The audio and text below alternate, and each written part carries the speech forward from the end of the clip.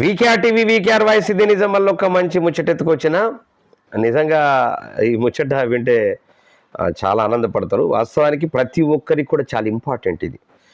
మరి రోజు కాసేపు ప్రశాంతంగా నిశ్శబ్దంగా గడపడం వల్ల అనేక లాభాలు ఉన్నాయని వైద్యులు మాత్రం చెప్తున్నట్లు తెలుస్తూ ఉంది.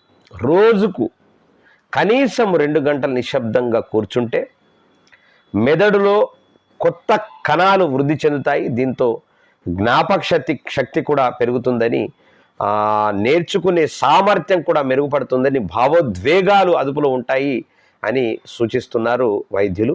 మరి ఎక్కువసేపు ఫోన్లు ల్యాప్టాప్స్ చూడడం వల్ల మెదడుకు విశ్రాంతి దొరక్క క్రియేటివిటీగా ఆలోచించేటటువంటి పరిస్థితి లేకుండా పోతుందని చెప్పేసి వైద్యులు మరి హెచ్చరిస్తూ ఉన్నారు.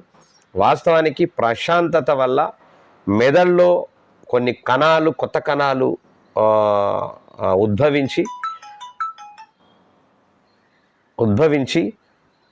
కొత్త కణాలు ఉద్భవించి అది చాలా చాలా చాలా చాలా మరి మెదడుకు చాలా ఉపయోగపడుతుందట. దాని మీద మరి జాగ్రత్తగా మీ అందరు కూడా ఎక్కువ ఆలోచించకుండా ల్యాప్టాప్లు సెల్ ఫోన్లు చూడకుండా దయచేసి ప్రతి ఒక్కరూ కాస్త ఒక 2 గంటలన్న ప్రశాంతంగా ఉండమని చెప్పేసి వైద్యులు సూచిస్తూ ఉన్నారు.